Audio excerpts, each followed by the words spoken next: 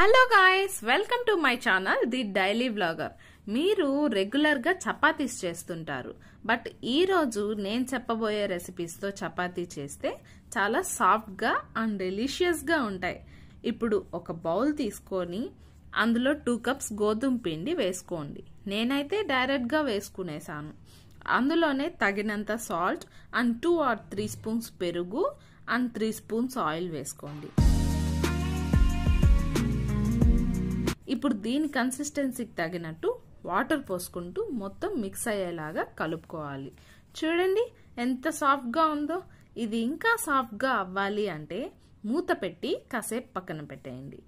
ఇప్పుడు చూడండి ఎంత మెత్తగా ఉందో. ఇప్పుడైతే ఈ పిండిని మీడియం సైజ్ రౌండ్స్ చేసుకొని నీట్గా రుద్దుకోవాలి.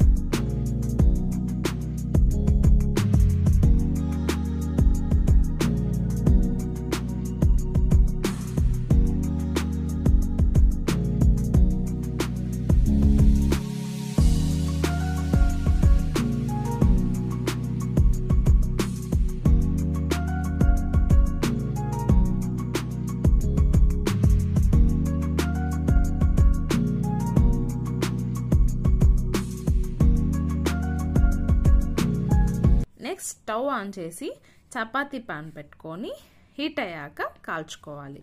మనం ఆల్రెడీ పిండి కలుపుకునేటప్పుడు ఆయిల్ వేసుకున్నాం కాబట్టి ఇప్పుడు ఆయిల్ వేసుకున్నా వేసుకోకపోయినా సాఫ్ట్గానే వస్తుంది. అది మీ చాయిస్.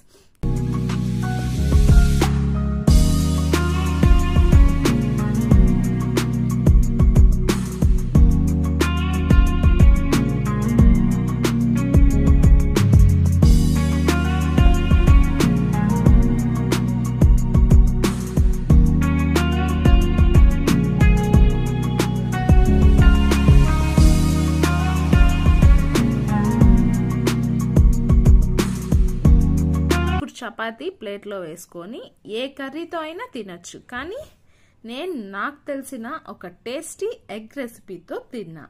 చూస్తున్నారు కదా ఈ చపాతీ ఎంత సాఫ్ట్గా ఉన్నాయో, అలాగే టేస్ట్ కూడా చాలా బాగుంటుంది.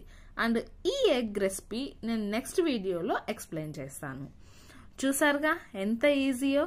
ఇలాగే మీరు ట్రై చేసి సాఫ్ట్ చపాతీని తిని ఎంజాయ్ చేయండి. ఈ వీడియో మీకు నచ్చినట్టయితే లైక్ చేసి షేర్ చేయండి and subscribe to my channel the daily vlogger.